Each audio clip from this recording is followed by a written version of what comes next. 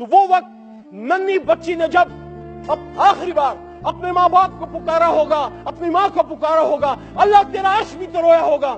کیا ہمیں احساس ہے ایز اے قوم، یا صرف تنقیدیں دوسرے پہ کرتے رہیں گے؟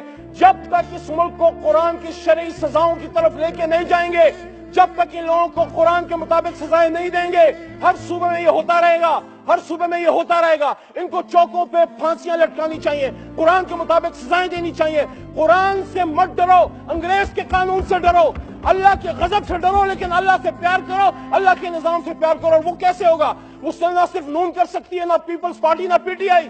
ہم سب نے مل کے کرنا ہے. میں یہ سمجھتا ہوں کہ جب تک ایسے ایشوز پہ نواز شریف، عمران خان اور بلاول زرداری صاحب اور اس طرح کی لیڈران اور مولانا فضل الرحمان کھٹے نہیں ہوں گے، یہ مسائل آج ایک بندہ نہیں حل کر سکتا، مل کے اس کو حل کرنا ہوگا. کیونکہ یہ بچی جس کا ریپ ہوا ہے، آپ صرف یہ ریئلائز کریں، ہمارے بچے کو کوئی تھپڑ مار دے، میں رات کو نیند نہیں آتی. اس کے باپ سے کل ملا ہوں، میرے اس طرح لگ کے وہ رویا ہے اور کہتے ہیں مجھے انصاف چاہیے. یقین کیجئے، میرے خیال میں عمر رضی اللہ عنہ نے فرمایا تھا کہ جس قتل کا قاتل نہ ملے، اس کی گناہگار، اس کا ذمہ دار حکمران وقت ہے. اور ہم سب حکمران وقت میں آتے ہیں، ہم بھول جائیں گے.